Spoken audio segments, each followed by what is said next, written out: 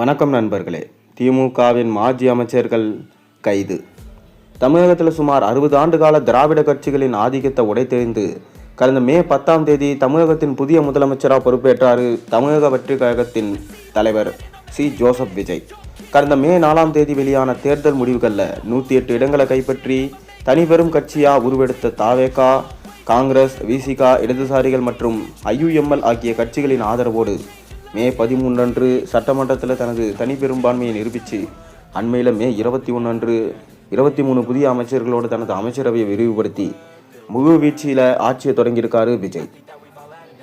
ஆட்சி பொறுப்பேற்று முதல்ல கோட்டையில் கோப்புகள் வேகமாக நகர தொடங்கியிருக்கு.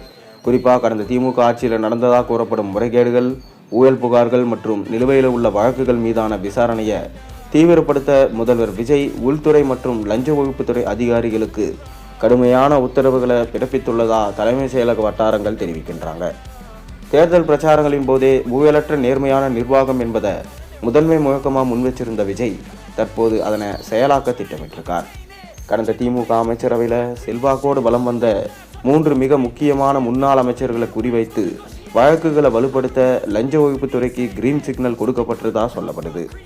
திமுகவோட மிக முக்கிய மூத்த தலைவர்களாகவும் கடந்த ஆட்சியில் அதிக அதிகாரம் கொண்ட துறைகளை கையாண்டவர்களாகவும் இருந்த இந்த 3 முன்னாள் அமைச்சர்கள் மீதான பழைய புகார்கள், வருமானத்திற்கு அதிகமான சொத்து சேர்த்த வழக்குகள் மற்றும் துறை சார்ந்த டெண்டர் முறைகேடுகள் தொடர்பாக ஆவணங்கள் தற்போது மறு ஆய்வு செய்யப்பட்டு வருதான்.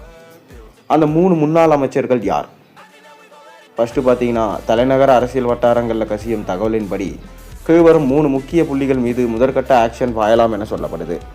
மேற்கு மண்டலத்தில் இருக்கும் ஒரு முக்கியமான புள்ளி அவர்னு சொல்லப்படுது. அவர் மின்சாரம் மற்றும் மதுவிலக்கு போன்ற முக்கிய துறைகளை கையாண்டவராம். 2வது, டெல்டா மற்றும் மத்திய மாவட்டங்களின் முகமாக விளங்கிய மூத்த தலைவர்னு சொல்லப்படுது. அவர் உள்ளாட்சி மற்றும் நகராட்சி நிர்வாகத்துறையை கையாண்டாராம். 3வது, வட தமிழகத்தின் செல்வாக்கு மிக்க முன்னாள் அமைச்சர். அவர் உயர்கல்வித்துறை அல்லது பொதுப்பணித்துறையை கையாண்டு இருக்காரு என சொல்லப்படுது. இந்த 3 மீதும் போதிய ஆதாரங்களை திரட்டி சட்ட ரீதியான எந்தவித மூகாந்திரமும் நகுவாதபடி வழக்குகளை நீதிமன்றத்தில் நிறுத்த முதல்வர் விஜய் தரப்பு தீவிரமாக இறங்கியிருக்காங்களாம். இதற்காக தனி சட்ட நிபுணர்கள் குழுவையும் அமைக்கப்பட்டு ஆலோசனை செய்யப்பட்டு வருதான். திமுகவோட முன்னாள் முதல்வர் மு.க. ஸ்டாலின் கொளத்தூர் தொகுதியில் தோல்வியடைந்து கட்சி தற்போது 59 இடங்களில் எதிர்க்கட்சி அந்தஸ்தில் இருக்கு. தாவேகா அரசின் இந்த அதிரடி நடவடிக்கை திமுகவினரை கடும் அதிர்ச்சியில் ஆழ்த்தியிருக்கு.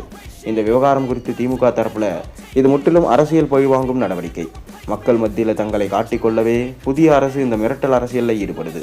இதை சட்டப்படி எதிர்கொள்வோம் என முணுமுணுப்புகளோட கேட்க தொடங்கிட்டாங்க திமுக அரசு.